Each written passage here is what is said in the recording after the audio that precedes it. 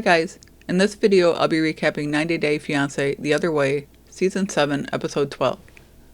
If you enjoy recaps of reality shows like 90 Day Fiancé and Love is Blind, please like, comment, and subscribe, and check out my other videos and playlists. We'll start with Johny and Sumit. In his confessional, Sumit says it's the third day of running the cafe, and business is okay but could be better. His friend Rohit shows up and says he wanted to see the cafe. In his confessional, Rohit says he heard about the cafe and that Sumit didn't invite him to the opening ceremony, and he's not sure why. He asks Johny how much the coffee is. She tells him and he says it's too much, and she tells him to go away. In her confessional, Johny says all of a sudden Rohit is there, and she's wondering why everyone in the family is happy to see him, when she knows he's here to judge and be negative. Rohit takes Sumit outside and says there are no customers. Sumit says it's just the time of day, and explains there are lots of students in the area, but they're still in school. Johny interrupts to bring Rohit a cup of coffee and tells him it's on her. He says it's too expensive, and she repeats that it's on her, and he rudely says, "Good," without saying thanks. She asks if he gives tips, and he says no, he won't, and she kind of lightly brushes his forehead in a weird, jokingly threatening way. In her confessional, she says Rohit seems to be jealous of Sumit with the cafe, and wants to put Sumit down and tell him it won't work, that he doesn't want them to succeed because he can't succeed. Rohit asks Sumit if he thinks they'll survive. He says they don't even have chefs, and just have his parents cooking for them. Sumit explains it's a family cafe. Rohit says his parents shouldn't be working at their age. In his confessional, Rohit says the problem with their cafe is the family is cooking, and that Johny is making coffee, but she might get tired and go home, which I thought was funny because she threatened to do that in the last episode. He says this is not a real business, and will be closed soon. Sumit's explaining that they do home cooking, and he wants to provide that to students who are away from their families. As they're sitting there, Sumit points out a customer who just showed up to order coffee. Rohit's like, wow, one customer. He says only he's sitting there, and he doesn't want to pay for the cost of their coffee. In his confessional, Sumit says Rohit's making him question if things will work out, and that he wants to prove him wrong. I agree with Johny that Rohit is just being negative and trying to make them second-guess themselves. When they showed Rohit in a recent episode, I thought he seemed nice, since he was giving them a discount on restaurant equipment, and at the time I thought Johny was being rude to him, but he's definitely being the jerk in this episode. Now we're with Manon and Anthony, who are talking about getting away for a couple's day trip. In his confessional, Anthony says goat cheese is one of the things they bonded over when they met. He says she's expecting to go to her fromagerie, but he's bringing her to a goat farm as a surprise. He knows she's not a farm person, but there's a specific type of cheese she loves that you can't get in the US, and he found it in France, and wants to surprise her with how it's made. When they arrive, she starts freaking out when she realizes they're at a farm.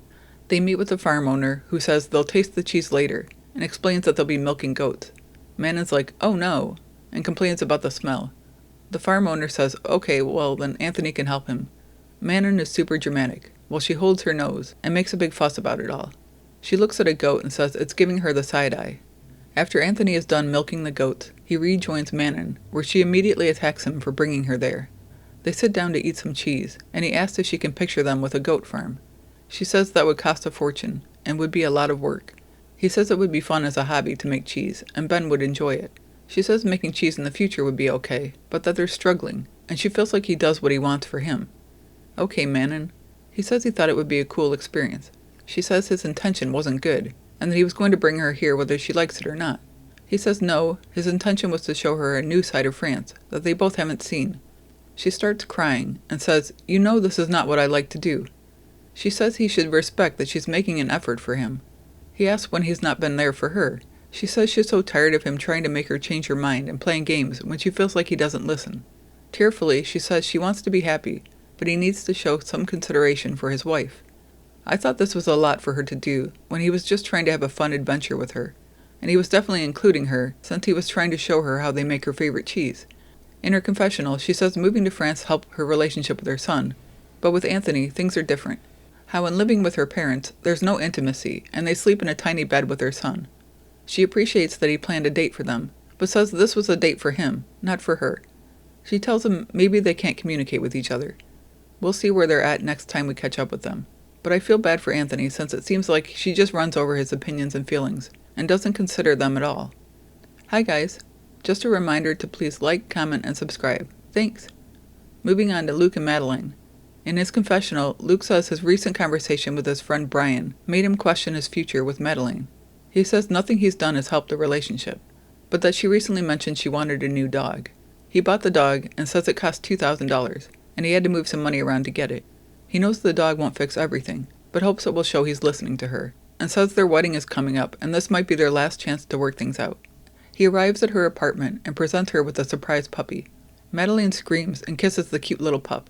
In her confessional, she says the puppy is the second cutest one she's ever seen, and that her original dog Angel is the cutest, which I thought was nice because usually the new dog gets all the attention. Luke asks if she's not mad at him anymore, and she says obviously not. In her confessional, she says he showed her she's special, and she can forgive him, but she'll still be cautious with him. Later, they're about to take a road trip for the wedding, which will take place that weekend. Luke asks if she can pop the trunk, and she ignores him, and he mutters about her not helping. Later, he's again asking if she can help as he's carrying things, and she's like, no, you do it. And he's again muttering about her expecting him to do everything. In his interview, he says he was hoping they could put the fighting behind them, but it doesn't seem to be happening. In the car, he tells her the dogs are a good judge of character since they're both sitting with him, and she calls him a liar, and they're both mostly joking at this point. Then, as if on cue, Angel walks over and sits on Madeleine's lap. Luke says Madeleine barely takes care of Angel, and that he does everything. It's weird that Luke's clearly trying to start a fight when he just got out of the doghouse with her. She tells him he leaves his clothes everywhere.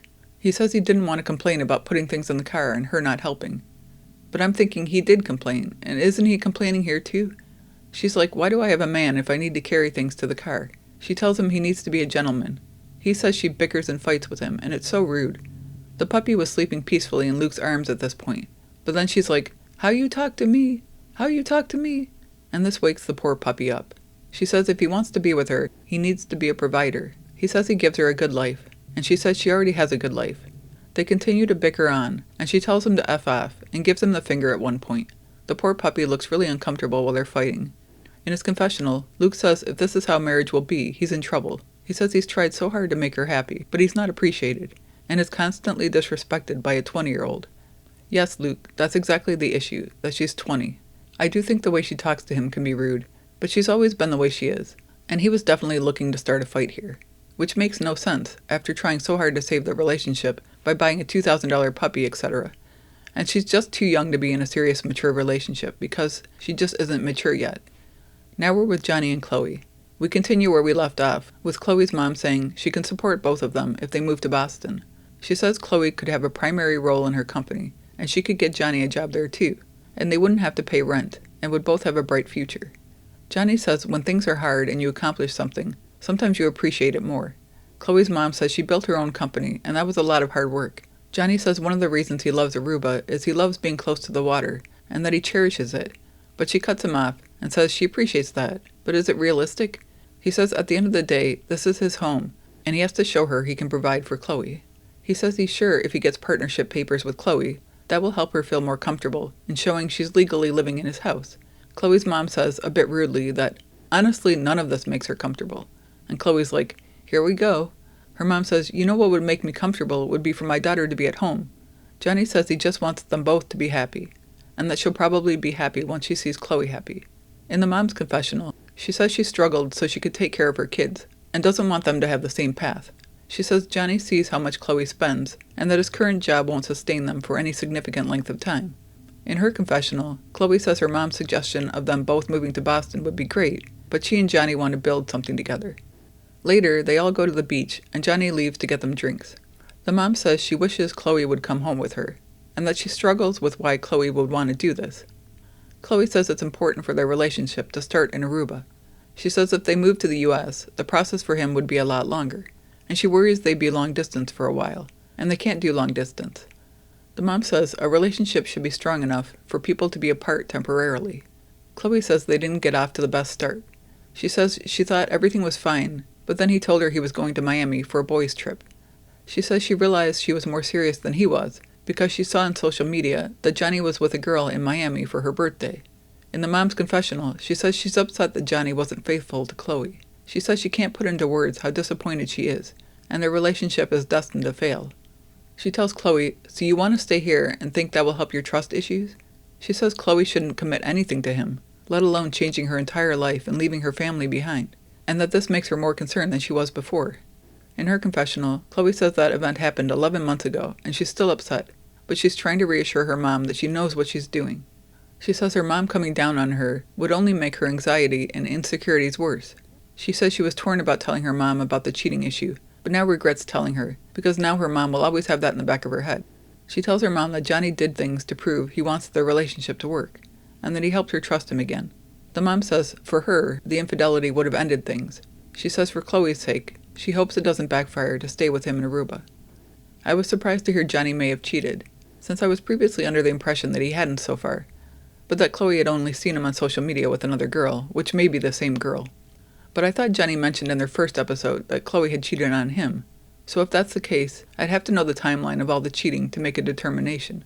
But so far, I like Johny better than Chloe or her mom. I like his laid-back attitude and his love for the water, and that he appreciates the simple things. Most guys would have jumped at the chance for a cushy, high-paying job with the wife's family business, and not having to pay rent. But he said how earning things makes you appreciate them more, and that's a rare perspective these days. At least as they're presented on this show, I don't like Chloe or her mom much. They seem petty and pretentious, and are both often downright rude, so I really hope he finds someone else. He was already in Aruba, and Chloe's mom comes along and acts like he's a loser just for living there. In Chloe's defense, she's mostly just young and needs to grow up. Anyway, that's it for this video. I'd love to know what you guys think, so please let me know your thoughts in the comments. And thanks for watching.